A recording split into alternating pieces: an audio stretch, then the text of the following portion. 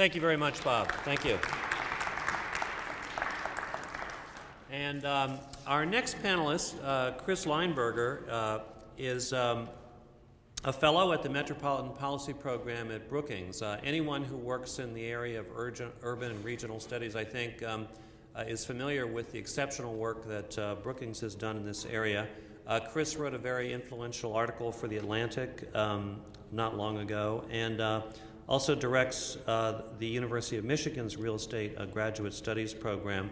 And he has done a great deal of work on the link between transportation policy and urban and regional growth, and particularly the increased really desire and demand, which perhaps is not being adequately addressed on a public policy level, for walkable communities. So I would like to now introduce Chris Leinberger.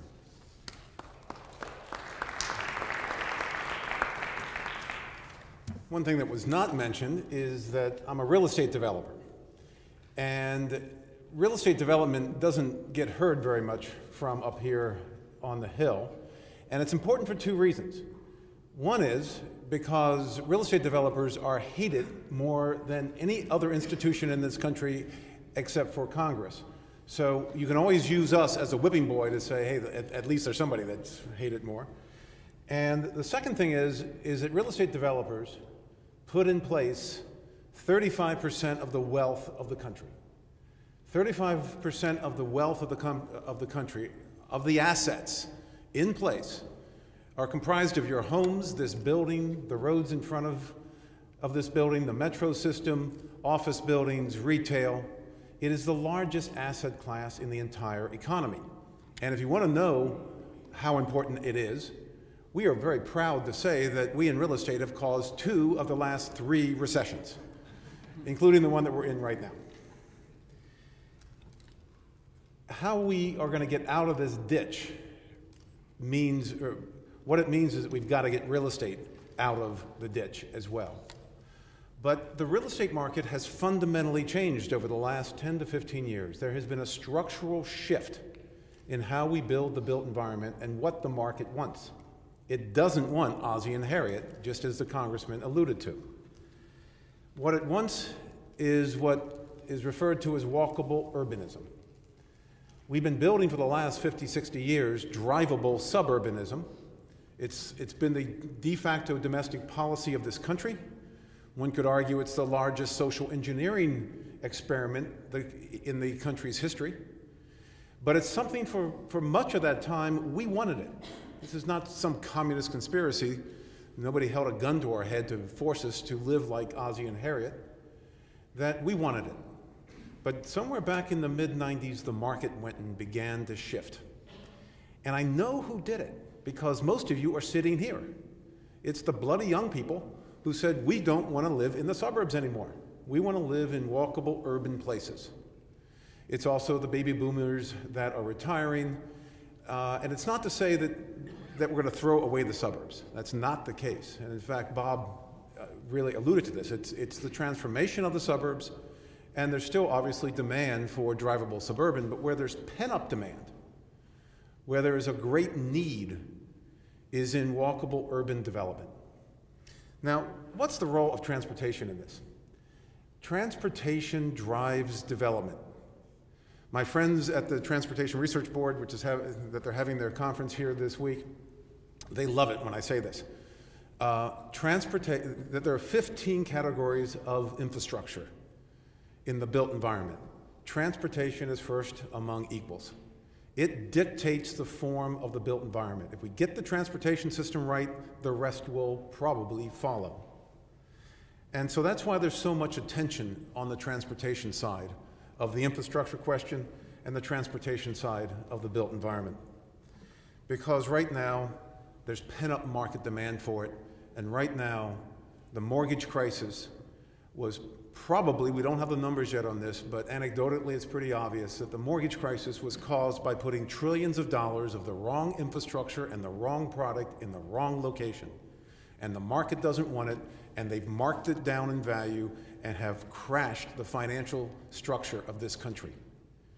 Ultimately, we're going to look back on the last 15 years and the misallocation of infrastructure dollars and of private investment dollars in real estate as probably the last gasp of sprawl. So what do we do? Well, for one thing, we should learn from Washington, D.C., the region. Because believe it or not, the D.C. region is the model by which we are growing in this country. There are more examples here of where we're growing, how we're growing, than any other metro area in the country. 30 years ago, if you wanted to know how this country was growing, you needed to understand Los Angeles. 20 years ago, you needed to understand Atlanta. Today, it's the D.C. region. And the reason for that is that we have 30 regionally significant, walkable urban places that are either at critical mass or are emerging. 30. 20 years ago, we had 2, Georgetown and Old Town Alexandria. But now we have the greatest downtown turnaround story in the country here. Downtown DC 15 years ago, most of you weren't here, but it was a place that you wouldn't be caught dead in. Then again, you might have been caught dead in. Today, it is almost built out. One major parcel left, which is the old convention center site, which Hines has under control. And within 15 years, the greater downtown, which includes NOMA, down by the Navy Yard, the Southwest, it's done within 15 years. If you would have said that 5 to 10 years ago, they would have put you away in the padded cell. This is one of the most remarkable stories, but it's not just downtown and the downtown adjacent places, but it's Bethesda Town Center, it's Rockville, it's obviously Arlington. Arlington is a great model. It's the Portland of the East Coast. It's also places like Reston Town Center and a national harbor. The interesting thing about these 30 places is that 70% of them are in the suburbs. So it's the transformation of the suburbs every bit as much as it's the turnaround of our downtown. And of those 30 places, 90% of them are transit served. And that's because transportation drives development. Now, there's a major green side of this issue. And that's because recent research that's been coming out has demonstrated pretty convincingly, and this is intuitive, this is one of those things that when you tell your mother says, I knew that, that folks that live in drivable suburban households use and emit 3 times as much energy and CO2 as those that live in walkable urban conditions. Again, it's intuitive. I live in DuPont Circle. Most days I am on foot going to Brookings, going to various other offices, or getting onto the metro to come up to the hill. We have a 2-year-old Volvo. You can tell I'm a Democrat, I have a Volvo. And that we've got 5,000 miles on it, my wife and I. I mean, there's just no reason to get into the car. And we live in a attached, in a townhouse, so we have common walls, so we unintentionally share our heat with our neighbors. Condos even do it better. The greenest place in this country on a per capita basis is Manhattan. And we don't have to live at that kind of density to get that kind of greenness as far as carbon footprint. We would meet the Kyoto goals tomorrow if this country lived at that density, but we don't have to live at that density to achieve it. We can live like in Bethesda Town Center or within walking distance of it, or in Arlington or Reston Town Center. And the important thing is that the market wants it. It's not, I mean, nobody has to force people to do it. There's pent-up demand for it. The best way that you know that there's pent-up demand for it, and again, you young people wouldn't know this because you've grown up where DuPont Circle and downtown condos are $500, $600 per square foot. But the townhouse I live in DuPont Circle 30 years ago, in today's dollars, sold for $100 per square foot. Today it sells for $600 per square foot. 20 years ago, that was the value price alternative. If you wanted to get the most money for your, or the most house for your dollar 20, 25 years ago, you'd move to DuPont Circle, you'd move to Adams Morgan. You'd be living next to a crack cocaine dealer, but you get the most house for your dollars. Today, it's the most expensive real estate in the entire region. You compare it to Great Falls, say, which is where my brother lives, who happens to be a sprawl developer. Thanksgiving's a lot of fun. You know, his house 20 years ago was worth about $200 a square foot compared to my townhouse at $100. Today, his house is worth $200 a square foot compared to $600 a square foot downtown. That's one of the best signs to demonstrate this fundamental change in what the market wants. So there's probably 20 to 50% of the households, depending on the metropolitan area, that want walkable urban, and we in real estate aren't producing enough of it. And it's going to take us a generation to catch up with the pent-up demand. So what do we do with it? Obviously, the economic recovery bill. It's not the stimulus, by the way. The transition folks I met with yesterday said it's the economic recovery bill, not the stimulus. And the transportation bill are obviously key to these issues, because again, transportation drives development. And the thing that we need to understand, and I slightly disagree with Bob on this, but maybe it's more just an expansion of what Bob just said.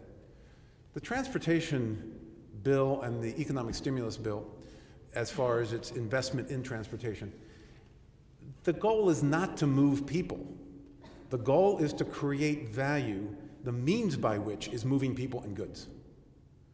And we've got to make that switch in this country so that we realize that we need to create more ballpark areas and more NOMAs and more rest-in town centers through the transportation investment, because that's where we're going to get great economic value created, and that value that's going to be created there can be captured to help pay for the system.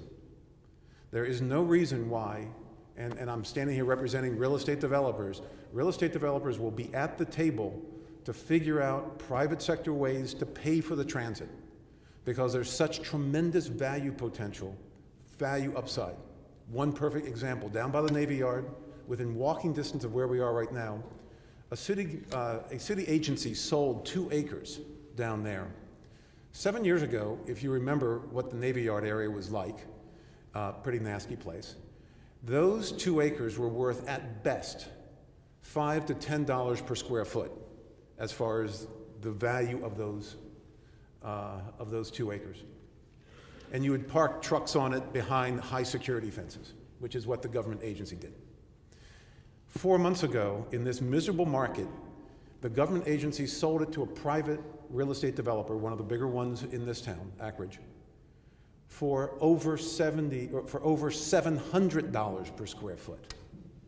A 70-fold increase in just 5 to 7 years. And the reason for it is because of the pent-up demand for walkable urban development.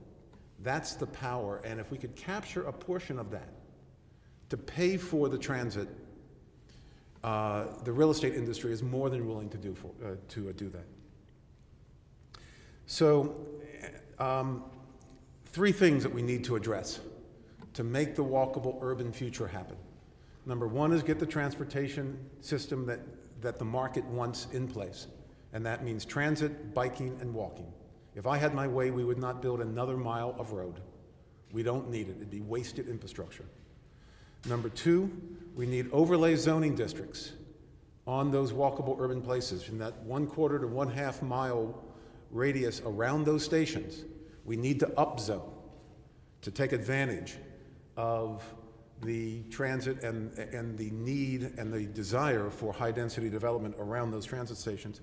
And number 3 is we need to manage those places through business improvement districts like Bob mentioned up in Portland, where we manage 24/7 to keep it clean and safe, run the festivals, bond for various infrastructure improvements. And again, the best model in the country is what Rich Bradley has done with the downtown DC Business Improvement District. Those are the 3 things that will allow us to meet the pent-up demand, and oh, by the way, will get us moving towards a green economy. Thanks.